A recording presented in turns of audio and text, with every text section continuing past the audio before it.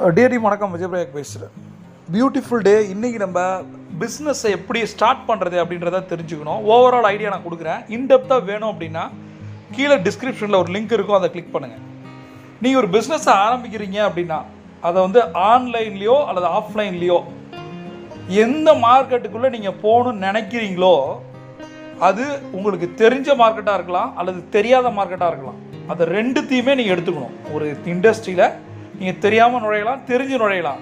But top 10 companies என்ன, உங்களுடைய competitive companies யார் யார், அவங்களை பற்றிய விஷயங்களை தெரிஞ்சுக்கணும். இன்னைய ப்ரோக்ராமுக்கான ஸ்பான்சர் வந்து ஆர்யா நிதி லிமிடெட்.